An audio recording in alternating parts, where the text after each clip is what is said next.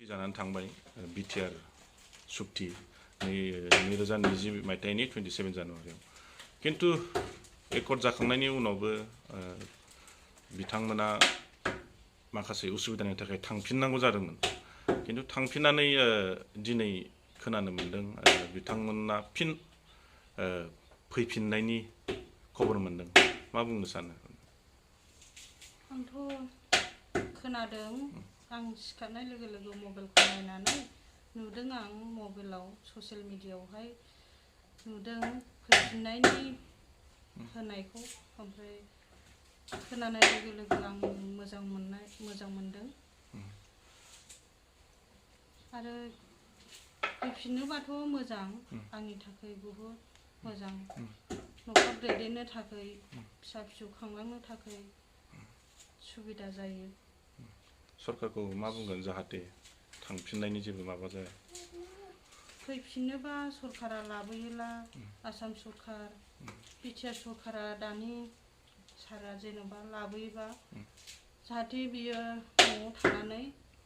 जाहाथे न'खरखौ सालायनो हायो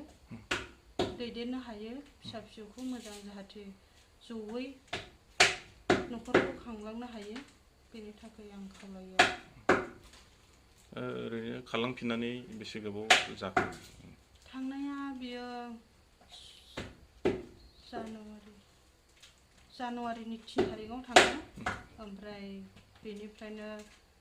पुलिसफ्रा न'आव फैनानै बुंफैदोंमोन आरो मोनायाव ओमफ्राय बाहेरायाव थाथ' होननानै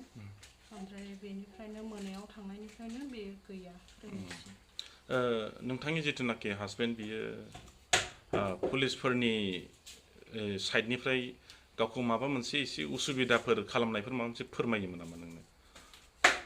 जायनि थाखायहाय खारलांफिननांदों गावथ' आंनि सायाव जेबो खोन्थानाया गावसो ओरैनो थायो ओमफ्राय आंनोहाय खोन्थानाय जाया आरो ओमफ्राय जिथुनाखि जाबाय घटनाया बे केसनि सोमोन्दै ओमफ्राय पुलिसफ्रा बाहेरायाव थानो थिननाय हिसाबै बियो बाहेरायाव थाबायमोन थानानै ओमफ्राय गैया दिनैसिम फैनाय जायाखै आरो मानि थाखाय थांफिनदों गावनो फोरमायाखैना गावथ' फोरमायाखै आंनि थाखाय ओमफ्राय जानो हागौ बियो आंनि सन्देह बे केसनि सोमोन्दैनो बाहेरायाव थानांदों